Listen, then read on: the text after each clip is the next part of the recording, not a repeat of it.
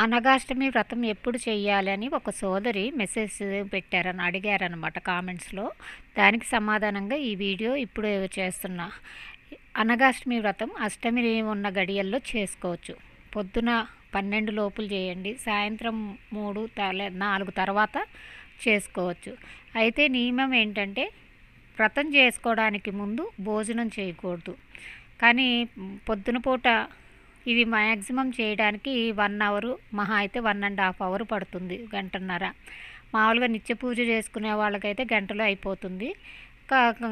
ఎప్పుడు రెగ్యులర్గా పూజ చేయని వాళ్ళైతే ఈ యంత్రం గీసుకోవడానికి, తర్వాత స్వామివారిని వీళ్ళని మంత్రాలు ఒక్కొక్కటి పలుక్కుంటూ చేసుకుంటానికి గంటన్నరలో అయిపోతుంది.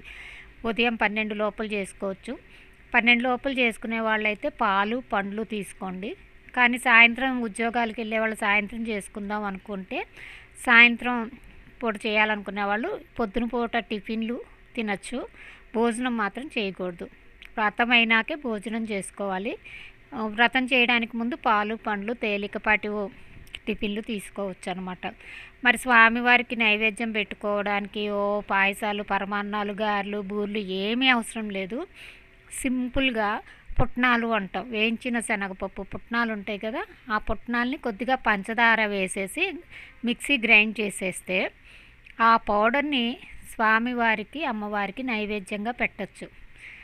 ఉద్యోగానికి వెళ్ళేవాళ్ళు గబగబా ఈ పూజ అరగంట 40 నిమిషాల్లో పూజ చేసుకుని నైవేద్యం కింద ఇది పెట్టుకోవచ్చు. లేదా ఉద్యోగం నుంచి వచ్చిన తర్వాత అయినా అలా మిక్సీలో తిప్పడం, పుట్నాలు చాలా తక్కువ టైమే పడుతుంది కాబట్టి పుట్నాలు, పంచదార లేదా బెల్లం పొడి, ఇంకా కావాలనుకుంటే కొబ్బరి, ఎండు కొబ్బరి ఇలాంటివి వేసుకోవచ్చు. అది యాలకులు, జీడిపప్పుల తరుగు ఇలాంటివి వేసుకోవచ్చు అనమాట. సింపుల్గా పుట్నాలు ఇంత బెల్లము పంచదార వేసి మిక్సీకి పెట్టేసి ఆ పౌడర్ని స్వామికి అమ్మవారికి నైవేద్యంగా పెట్టచ్చు అనమాట. పగలు 12 లోపల మొదలు పెట్టుకొని చేసేసుకోవచ్చు. పూజ మొదలు 12 లోపల అవ్వాలి, లేదా సాయంత్రం 4 నుంచి మొదలు పెట్టుకోవచ్చు.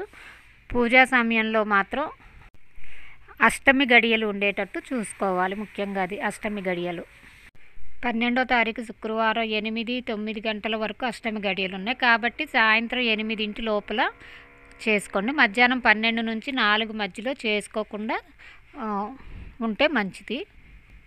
అయితే 12 లోపల ముగించుకోండి. లేదు అంటే సాయంత్రం 4 నుంచి 8 గంటల లోపల అష్టమి గడియలు ఉన్నాయి కాబట్టి ఆ గడియలు ఉన్నప్పుడు ఈ వ్రతం చేసుకోవాలి. వ్రతం చేసే ముందు భోజనం చేయకూడదు, టిఫిన్లు పలహారాలు లాంటివి చేసుకోవచ్చు.